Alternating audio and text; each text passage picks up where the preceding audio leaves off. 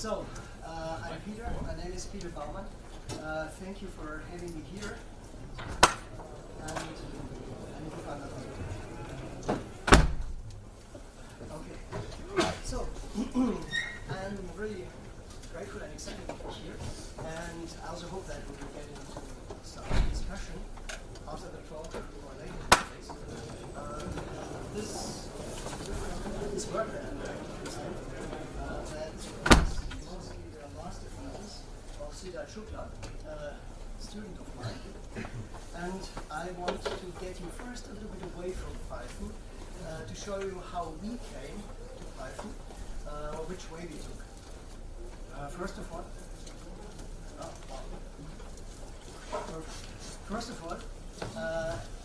a little bit about our fascination. We are computer science guys, you know. So we're just thinking in terms of bits and bytes, but we have somehow stumbled into the earth sciences and try to share a little bit of our fascination of that topic. Let me show you a little piece that's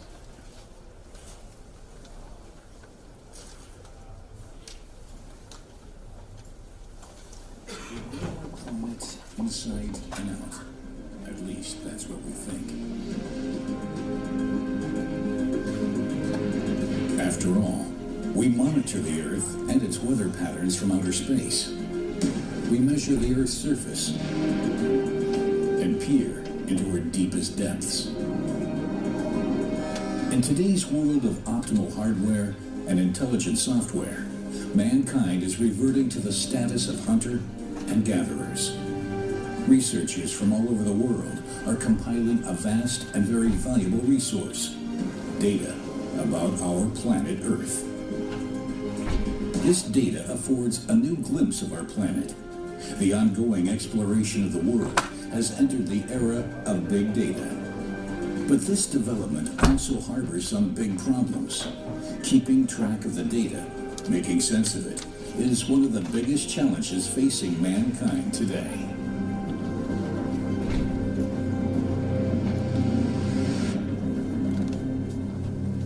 So this is the intro to a TV documentary, 1 hour documentary, that has been produced with for German French TV stations. If you go to YouTube, type in Big Earth Data, you can get it in English, German, and French versions. And maybe it's some fun at some time to watch it. But let's come back to this one. So actually, where do we come from?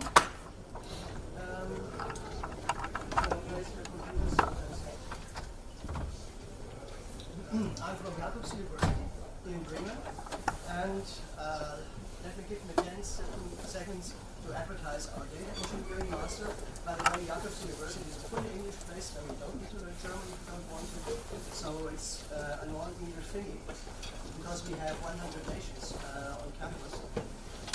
But 10 seconds are over. Let's come to the topic. So, array databases is the funny thing that we are doing, and that has brought us into Python, because we feel, for a reason I'm going to explain later, that this is something very, very important for the users of such technology. And we have actually taken 2 approaches, which I'm going to present in turn. So, let's see. Array databases. Actually, as a computer scientist, I look around and I see data structures. And if I look into all some randomly selected domains here, I actually find a few core data structures, and these happen to be not so many actually. Essentially, what I can see more or less is we need to deal with sets of objects, we need to deal with hierarchies of objects. So this is relational databases, for example, this is XML databases, graph databases, something very, very exciting. Facebook, by the way, is one nice big graph, and try to do graph algorithms on that one. That's an interesting challenge. And then we have arrays. That is something that is ordered in a multidimensional way, and that is what some people like to call a data cube. So programming-wise, it's just a multidimensional array, which can be pretty big. In practice, that turns out to be sensor data, images, so 2D arrays, or image time series, 3-dimensional arrays, simulation output, or statistical data cubes. So that's what you more or less have in terms of applications. Okay, said some people, so let's do database support for that. Classical databases don't do that. And you'll see that this is actually a growing wave now, that more and more jump on this. And this has become a quite vivid research area in the field of databases. Why databases? Because they have a classical advantage. They have a query language. So you can send any query anytime and the system will react on it without any administrator holding hands. Maybe for tuning, yes, but not for answering that on principle. This has gone so far that now we are facing a new standard coming up, and that is an extension to ISO SQL to the SQL language with multi-dimensional NDA. You simply get a new attribute type or a new column in your table, so you have something like a required, some classical columns in a table, and then you have your satellite image in here. So this table can contain lots of scenes with an identifier, each of them being a 5,000 by 5,000 array, for example. This knowledge enables the select clause to do a lot of things for you. You can search and you can process. So you can do something in the where clause, filter, you can select, and suddenly data and metadata in geoterminology go together and form one uniform information space. So that should make life much easier. And as you see, you can do stuff here, you can retrieve images in different data formats, so we don't need to think in terms of how is that byte encoded and what does the format offer. So that is something that is currently going into the second committee draft, and third quarter of this year, we are going to see the standard finalized as an international standard. That is our hope. Now coming to the strange name here, rasdaman. That simply stands for Raster Data Manager, and that is our take on array databases. The idea is simple, the SQL is flexible, and let's just add array support that is missing. So if you will, we have injected an image processing, signal processing, linear algebra language into SQL. That's exactly the standard that you've seen, because actually it's drafted along the concepts of our rasdaman system. Okay, so that is the query part, but can this be fast? Underneath, we have put some scalable engine that is based on some principle we call type streaming, and that is running today. That is on OSGeo Live, for example, and in operational use, for example, on planetserver.eu. Some people were kind enough to give us some innovation awards for it, so we are listed with CIA Review as most promising big data solution. And in the Big Data Challenge of T-Systems at the Copernicus Masters, the satellite image people in Europe, they looked at us, and also the Geospatial World Forum Innovation Award. So, if you want to look at that in more detail, then just direct your browser to rasdaman.org, and you will see how to get the source code, how to download, compile it, or get a ready-made VM, and we do some statistics about the codes, and so you see that daily it's something fluctuating, say on average 10 items or so. That's what we are seeing. Okay, so what does that mean? I don't want to go through that in detail. There is a lot of things you can try out. Just to give you a glimpse of it. So if we have some array as an attribute value, we can do subsetting, give me everything in one dimension, do an extraction here, do a slice at a particular position. On the pixels, you can do processing, and for those, for you Python guys, that's no surprise anyway. That looks pretty similar, like what you can do in NumPy, right? You can use it with the where clause if you collapse the array to something that gives you a scalar Boolean value, so you can do aggregates. And all of that is independent from the data format. If you want a particular data format, then say so and do an encoding on the result expression. So that is the idea of the query language. You can do things like visualization. Graphics people told me, did you know, if you take a PNG image and put into the alpha channel not transparency, but elevation information, then WebGL can render this in the browser into something 3D. Cool, we said. That's a query panel we can accommodate. So we put, say, bands 7, 5, and 0 into red, green, blue. Into alpha, we put an elevation model, we have to scale it to get the same resolution and ship that as PNG. And this is an actual screenshot of an experiment we did with WebGL to render this in the browser. So, eye candy, and I like eye candy. But you also can do more. You can do linear algebra operations, for example, some of those, like you establish a target matrix, and each matrix is the sum of multiplications here. So this is the formula. You can do histograms and a few other stuff. Just to show you a little bit, to give you an impression of what that can do. If you want to try it out yourself, we have a website here that is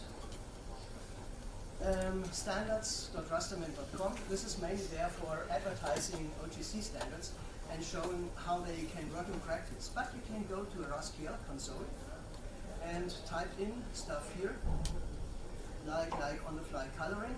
Then you see the query down there, and then you get a result of some processing on the fly. So that's what the whole thing looks like. Architecture-wise, we have a raster server process that can work on the file system or in a database like PostgreSQL, and that is web accessible.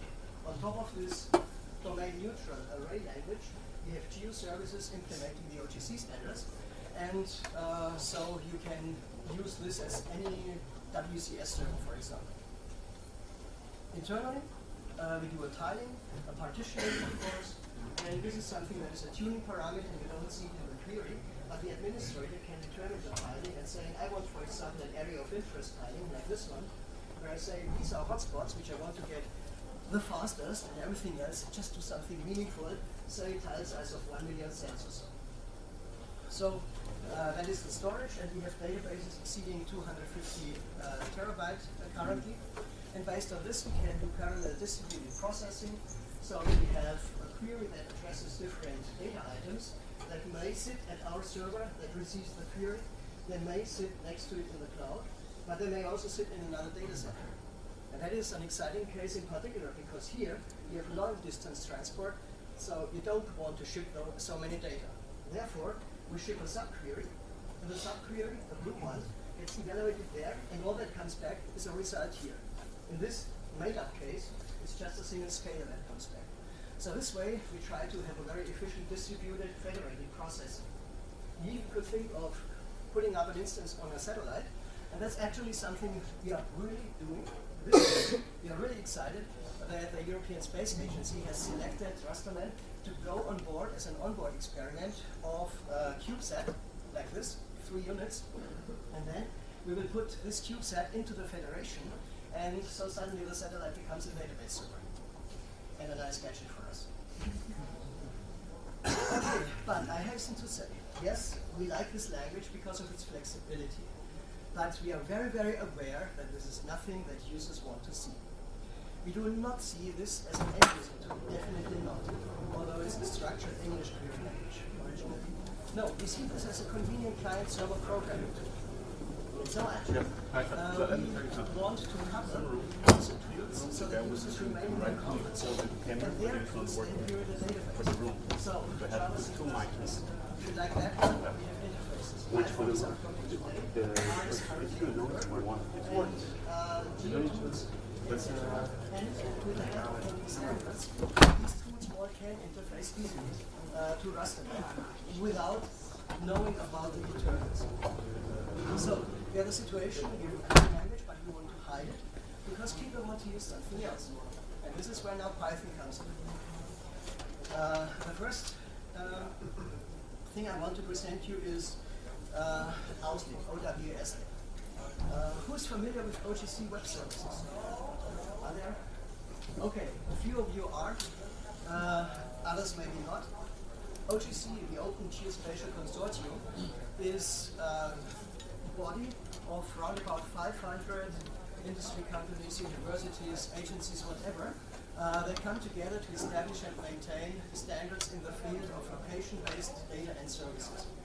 I'm busy in the field of, guess what, the Datacube stuff. So I'm the editor of the Web Coverage Service Standard. And the coverage is, in essence, a Datacube. Okay, OGC Web Services Library is a Python library that allows you to send queries to a server using the OGC standards, but you don't need to build up your request yourself. And that is what has been enhanced by Oliver Clears from Plymouth Marine Laboratory. He has spiced up the existing WCS support to version 2, the current one. And now you can send WCS requests like getting a Datacube, subsetting a Datacube from within Python. This is pretty much done, so we can demonstrate that. And he's preparing a pull request currently, so that it can become part of the official repository. So that's one thing that can be done. And the second thing that Peter Baumann has done from European Center for Medium Range Weather Forecast, close to London, she has created a Jupyter which allows you to look at that, learn about it, easily try out, and that looks like the following. If you want to use OWSLIB, and by the way, you just go to jupyter.org/github, Earth server-EU, and so on. But you can easily find it via a search engine. So we have some explanations. I establish a web coverage service object, give it the target URL, the version parameter is needed, and then it fetches transparently information about what that one offers. And with Python use, then you go into your contents of the objects and you get all the coverage objects listed by name that you have there. You can access information about a single coverage, and you have a couple of information items which are all defined by the standard, which you can get out there. You can extract them normally via Python means. Very interesting maybe is the bounding boxes. So what is the geographic extent or the spatial temporal extent? And so you get a bounding box and a coordinate system in which these bounding boxes are expressed. And then you can find out, okay, this is a three-dimensional Datacube, longitude, latitude, and time. And here's the detailed information about the spatial temporal extent. You can find out in which formats you can download that. The server may not support all formats. And you can find out at what timestamps we have information available in the queue. So you see, you can drill into the queue and get metadata like here, but you also can access data themselves. So you say, I want to get this one. This is the identifier, the CCI, monthly chlorophyll. I want to get it in SCF, and then I read that file that I get, and I extract information, and with some plotting facilities, I would get out that one in the end.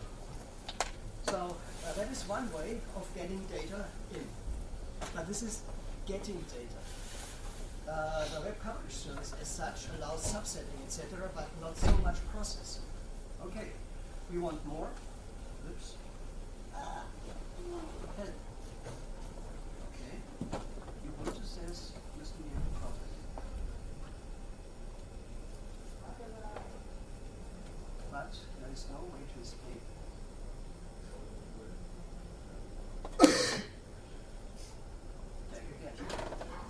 Okay, the next thing is, and this is what we are working on currently, is to have a general interface to a database as a backend. And that is actually the MSc thesis now. Take one is, we want to call the rasdaman query language from within Python. So we use a communication protocol, we use lingua for its convenient array handling. And so what we do is really interesting. You establish a connection to the database, you create a database object, you open a transaction, you send a query, so far so good, but that's not very good, right? You still need to write a string, whereas you would want to program it. This is actually what we do here. So we use the Python operator overloading to do a lazy evaluation. We collect the operations. We have an A plus B. So we do an overlay of the add magic function. Sorry. And suddenly. So that you're heard at least on streaming. Okay. This is the best we can for this room at this point. Okay, doc. Stick this somewhere. Good, thank you. I start speaking. Okay. It's not yet yelling, so I can speak up again. Where we stand now is you still need to establish a collection, and then you say, okay, MR is an object that actually is from a rasdaman collection of that same name. This is the information you need to give to Python so that it can do the following. I do my operations as usual in Python. These are not evaluated until you want to get the information. At that time, all these operations are gathered. A string is generated, a query string, which is sent to the server. And with the eval function, I get back the array, which I can treat as usual. So actually, you don't need to write rasQL operations like this kind of thing here. You just write your Python code, and then it's translated at runtime into a query. This works for some set of operations, not for all. Okay, iterations, for example, is something we are still wrapping our minds around. What does it say? Oh, not much left. So I should hurry up. So the one thing, the whole activity is embedded into our Earth server project, which is financed by the European Commission, co-funded, and we are very glad about this, where we do analytics on 3-dimensional and 4-dimensional data cubes, where we have exceeded 250 terabytes, and the next is crossing the petabyte limit. NASA Whirlwind is used as a client interface here.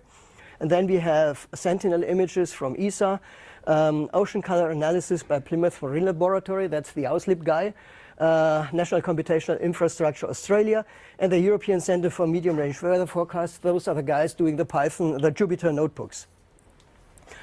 Okay, we've been busy also in open source world for quite some time, and just a little bit about feedback now from my experience is so to say go to meta level. We have gone through 6.5 years of OSGeo incubation, but we are not the longest project. PyWPS has taken longer. So we scratched our head a little bit about the maturity. They are requesting a few things, but for example, there is no document. Of all those that is something that. But the main problem is that actually it's not just about good software. It's something like being intrusive in the project. For example, it favors design by committee over expert leadership. If somebody has a great idea, then this guy should do it. Committee, which may or may not have the expertise in it. Which gets me to something, okay, I hope I'm provocative enough with that. They say all software should be free. I like free software, and I'm very busy in the open source world since 2008. But why does all software have to be free? The